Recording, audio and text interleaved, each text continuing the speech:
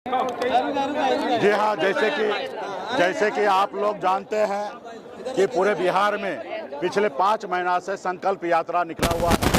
पहले रथ के माध्यम से हुआ, उसके बाद हर घर संकल्प अभियान के तहत और अभी हेलीकॉप्टर के तहत 14 जगह जनसभा करना था, जिसमें आज 14वां जनसभा मुजफ्फरपुर में बोछा में किया गया है।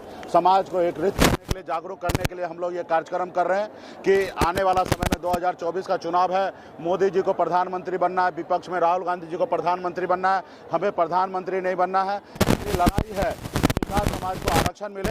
जब बंगाल में निषाद समाज को आरक्षण मिल रहा है, जब दिल्ली में निषाद समाज को आरक्षण एससी का मिल रहा है, तो यूपी, बिहार, झारखंड में क्यों नहीं?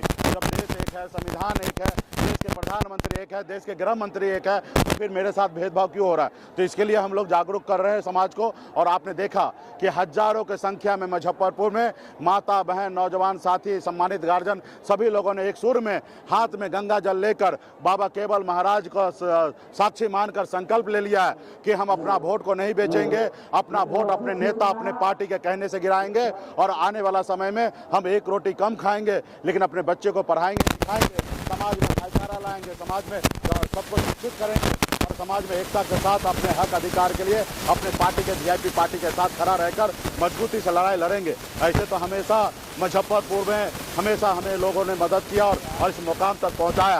आप सभी ने आपने देखा था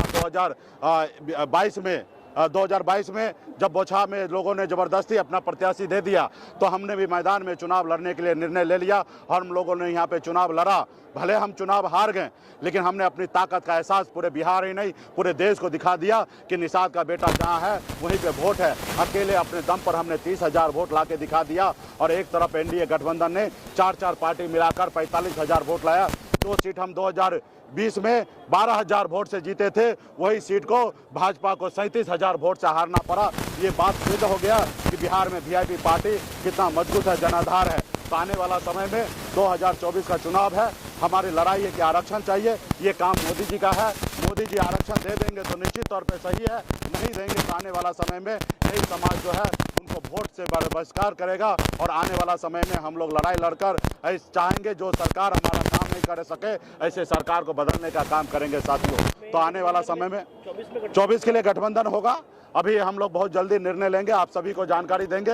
अभी तो हम इंतजार करते हैं, देश के प्रधानमंत्री अभी मोदी जी हैं और वही समाज को आरक्षण दे सकते हैं। अभी इंतजार करें कि वो आरक्षण दे। शीतकालीन सत्र भी है, हम शीतकालीन सत्र में हमारी बातें हुआ है कि जल्द से जल्द आप आरक्षण लागू कीजिए। अगर आरक्षण नहीं लागू कीजिएगा तो हम दूसरा कुछ निर्णय लेंगे। तो निश्चित तौर पर समाज के लोगों ने देख लिया, आने वाला समय में ये निषाद समाज 10% है, ये जिनके साथ रहेंगे वो बिहार में, यूपी, झारखंड में 60 लोकसभा सीट जीतेंगे। अगर हम लोग जिनको अपना दुश्मन बना लेंगे वो 60 लोकसभा सीट हारेंगे साथियों। चर्चा है कि मुकेश सहनी मुजफ्फरपुर से लोकसभा चुनाव लड़ेंगे। अब देखिए, चुनाव पॉलिटिकल पार्टी है, नेता को चुनाव लड़ना चाहिए और जब नेता लीडर बनेंगे, उनके पास पावर होगा तो समाज के लिए कल्याण होता। तो जहां चुनाव लड़ने की बात है तो 40 लोकसभा में जहां से मर्जी होगा वहां से हम चुनाव लड़ेंगे, कोई रोकने वाला नहीं है। हमको किसी के पास टिकट मांगने के लिए नहीं जाना है कि हमको टिकट दीजिए फिर हम यहाँ चुनाव लड़ेंगे। हमारे पास खुद स्वयं टिकट है, हम जहाँ से चाहेंगे ना वहाँ से चुनाव लड़ेंगे। जिस गठबंधन में रहेंगे उस गठबंधन में कोई इटबट नहीं रहेगा। हमारे लिए सब सीट सुरक्षित है।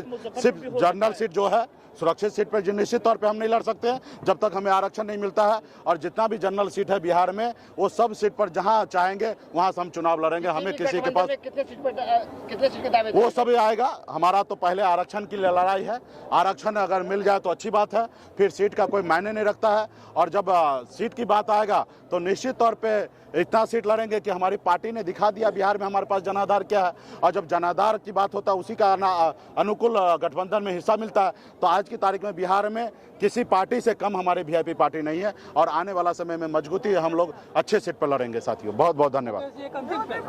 यदि भाजपा तो मुकेश जी क्या करेंगे? यदि आपका आरक्षण की मांग को मान लिया जाता है प्रधानमंत्री द्वारा तो मुकेश जी क्या करेंगे? यदि हमारे समाज का आरक्षण का मांग माननीय प्रधानमंत्री मान लेते हैं तो माननीय प्रधानमंत्री जी जो कहेंगे वो सब हम मानेंगे। वो कहेंगे कि प्राण दे दो तो हम प्राण देने के लिए तैयार हैं। सिर्फ वो आरक्षण दे दे, वो आरक्षण दे देंगे तो हमारा कोई शर्त नहीं होगा, कोई कंडीशन नहीं होगा। वो जो कहेंगे वो सब हम मानने के लिए तैयार हैं। हाँ, सीटों को लेकर कोई शर्त की बात नहीं। आरक्षण दे दे, फिर हमको कोई शर्त करने की जरूरत नहीं है। उनको सोचना क्या करना है। आरक्षण नहीं देंगे तो फिर तो हम उसी कुल खानदान के लोग हैं, कभी भगवान श्री राम को पार लगाए थे, इस बार हम लोग नाव पे बैठने नहीं देंगे। और हम वो नहीं निषाद हैं कि पहले नाव पे बैठिए उस पार लगा देते हैं और हम यहाँ पार लगाते आप वहाँ हमको पार लगाइएगा नहीं। इस बार तो नाव से पार लगना है तो पहले इस पर चढ़ने से पहले आरक्षण दे दीजिए, तब उस पार लगाएंगे। आरक्षण नहीं दीजिएगा तो नाव पे बैठा के लेकर जाएंगे और बीच नदी में नाव को पलट देंगे, वहीं पे आप लोग डूब जाइएगा। हाँ।